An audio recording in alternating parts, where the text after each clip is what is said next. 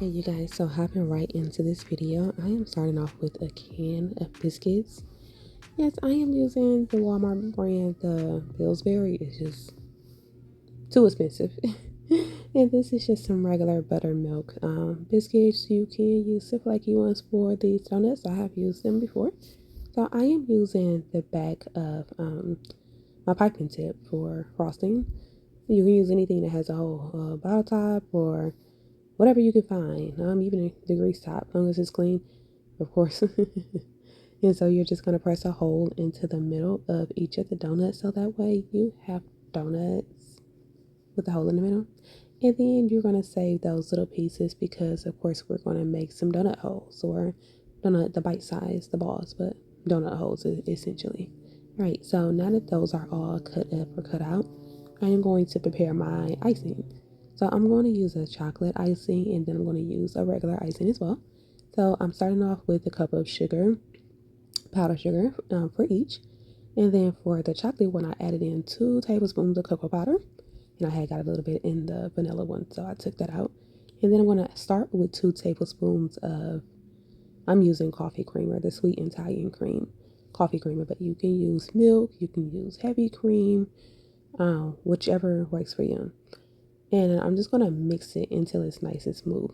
Now I am going to add about a teaspoon of extract to it. This was some cookie nip. And then a little bit more of the heavy cream. Now altogether I probably used about 3 tablespoons in each one for each frosting. And I'm going to go ahead and mix that up. So now I'm going to do the same thing for the chocolate one. And this is how we want it, nice and smooth. It will thicken as it sits while we're cooking the donuts, okay? So for the donut holes, I am going to be using some sugar and I am mixing all in some cinnamon in with it, okay? So these are going to be cinnamon sugar donut holes. So I'm using a cup for this one. So just mix that up. I used a fork to mix it up just to make sure everything was well blended. So now I have my powder grease here. Now I am turning my temperature up to high just to heat the grease, but then I'm going to turn it down to medium once the grease heats up. And I'm just going to add a few of the donut holes in here. Now if you have a deep fryer, by all means, use it. Makes it so much easier. But my deep fryer is in the garage, and I'm gonna just leave it there because I'm not gonna get it out just for the donut holes because I don't use it as much. It takes like 5 whole gallons of grease. So these cook 3 minutes on each side. Okay, so after 3 minutes, I flip them over. And then like these little donut holes, that's why I said a deep fryer would be so much better because these donut holes was bland. Like I literally had to hold them down with my spatula to keep them in the grease or to keep them turned the correct way. It was just trying to cook on one side, which was not fun. So as I'm taking them out, I'm going to be putting them on that drying rack, which I have a cookie sheet under it with some paper towel to catch the drip of the grease because I don't want to line my cookie sheet up and not line it up and grease just drip all over it. And so I'm just going to put them here to dry.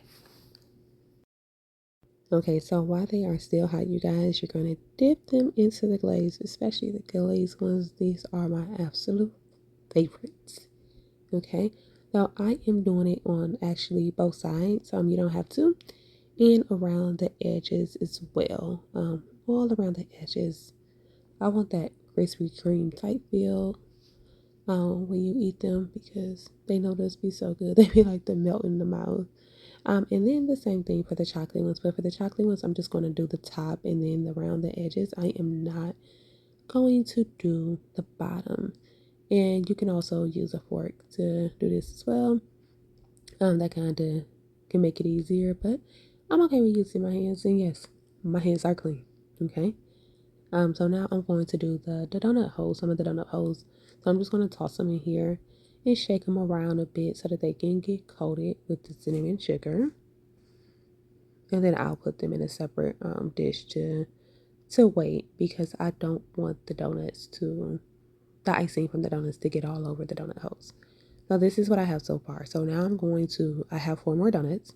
I did all the donut holes though. And I'm going to use the other 2 to make sprinkle donuts because my niece is here and my daughter loves sprinkles too. So we're going to use the rainbow sprinkles. So I am just going to coat the top of the donut with the chocolate, and then I am just going to dip it in the sprinkles.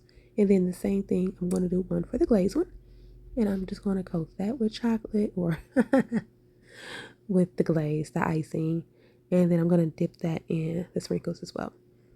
And then I did let these sit for about 4 minutes to dry, so that they wasn't just getting glaze everywhere, because that can just get real messy. So I cooked the rest of the breakfast, which we had bacon and eggs and fried hot dogs on the side of things.